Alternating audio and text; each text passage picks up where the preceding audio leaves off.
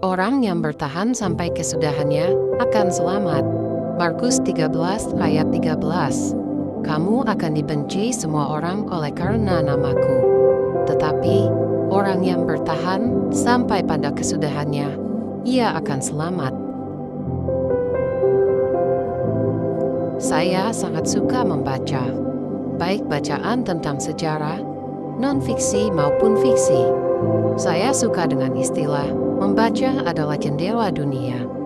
Dengan membaca buku, kita bisa mendapatkan beragam pengetahuan yang belum kita ketahui, sehingga wawasan kita kian bertambah. Buku yang saya senangi selain fiksi adalah kisah sejarah yang banyak berisi taktik perang. Romance of the Three Kingdom adalah salah satunya. Sebuah roman berlatar belakang sejarah dari zaman dinasti Han dan 3 negara. Di kalangan Tionghoa di Tiongkok, kisah ini dikenal dengan nama Samguk.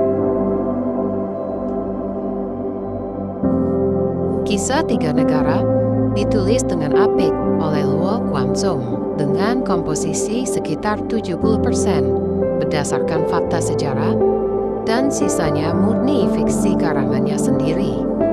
Dalam kisah 3 kerajaan, Anda bisa temukan tokoh Liu Bei, Guang Gong, dan Zhang Fei. Mereka dikisahkan sebagai 3 pahlawan besar. Di sana dikisahkan tentang Zhang Fei yang mempertahankan sebuah jembatan dengan 1 tombak, memukul mundur 1 bala tentara. Demikianlah, bala tentara musuh tidak bisa menyeberangi jembatan, karena ada Zhang Fei seorang diri menjaga jembatan tersebut.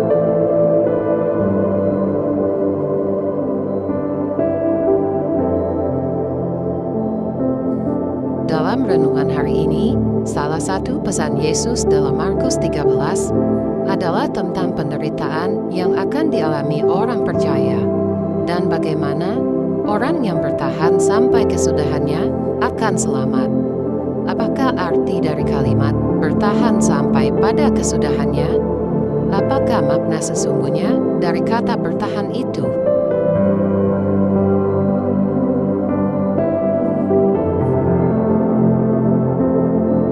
Kata bertahan pada dasarnya berarti tetap tinggal pada saat yang lain sudah pergi.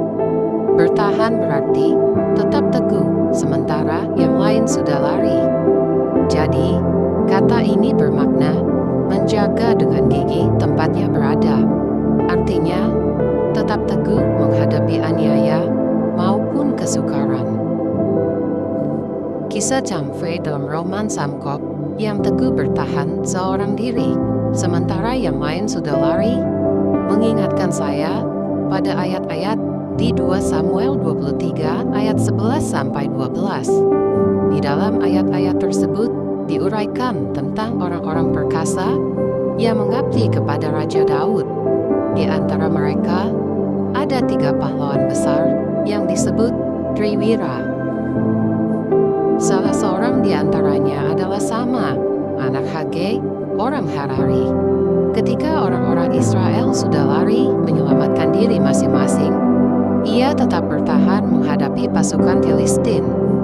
Dengan pedangnya, dia mempertahankan sebidang tanah penuh kacang merah. Tentunya, lahan ini berada dalam posisi yang sangat strategis, dan dengan sendirian saja, dia memukul mundur pasukan Filistin. Itulah yang disebut dengan bertahan. Ketika orang-orang lain sudah melarikan diri, dia tetap tinggal sendirian menghadapi pasukan musuh. Itulah yang disebut bertahan. Bertahan sampai pada kesudahannya. Dan untuk itulah kita dipanggil.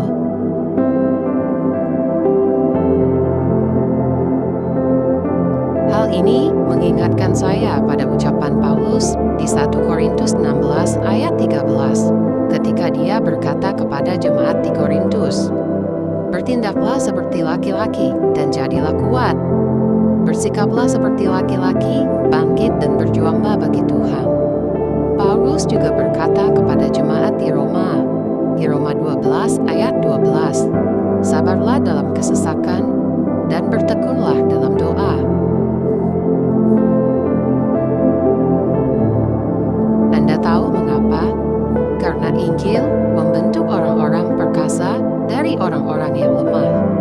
Injil memunculkan pahlawan dari kalangan orang yang lemah. Ketika Roh Allah masuk ke dalam diri kita, wah, kita menjadi orang yang berbeda.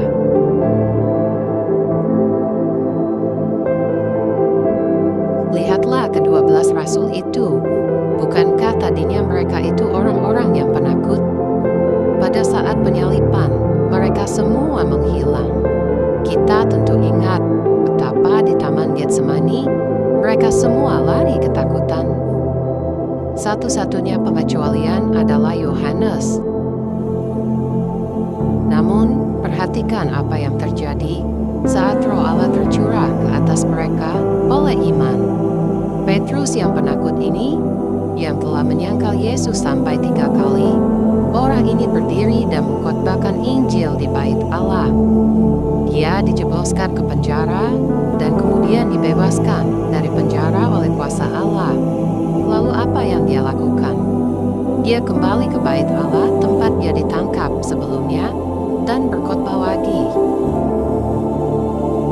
Dapatkah Anda memahami betapa pentingnya keteguhan itu bagi kehidupan Kristen? Kita harus memiliki keteguhan, karena jika kita menjadi seorang Kristen, segala sesuatu akan bergerak menentang kita, termasuk keluarga kita, akan menyerang kita karena iman dan kesaksian kita. Iblis akan mengerahkan segenap kuasanya untuk menentang kita, orang percaya. Pernahkah Anda perhatikan bahwa segera setelah Anda menjadi Kristen, segala sesuatu sepertinya menjadi lebih sulit? Tantangan berdatangan silih berganti. Oleh karena ini, iman bukanlah bagian orang-orang penakut.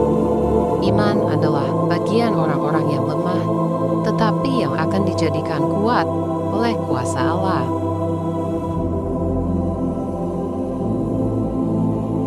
Lalu, bagaimana caranya agar bisa tetap teguh bertahan sampai kesudahannya?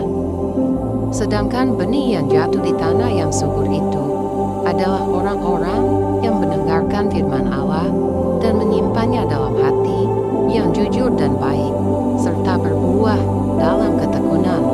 Lukas 8 ayat 15.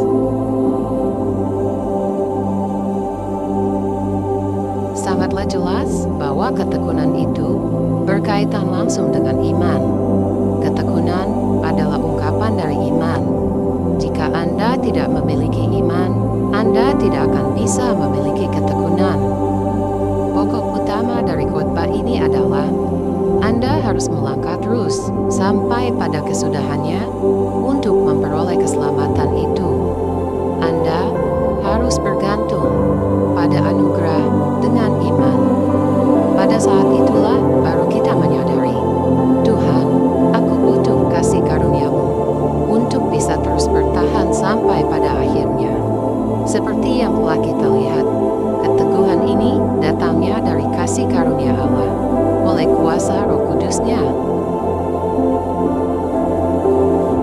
Sekarang, kamu telah didamaikan dengan tubuh jasmani Kristus melalui kematian-Nya untuk mempersembahkan kamu sebagai persembahan yang kudus, tidak bercacat, dan tidak bercela di hadapan Allah.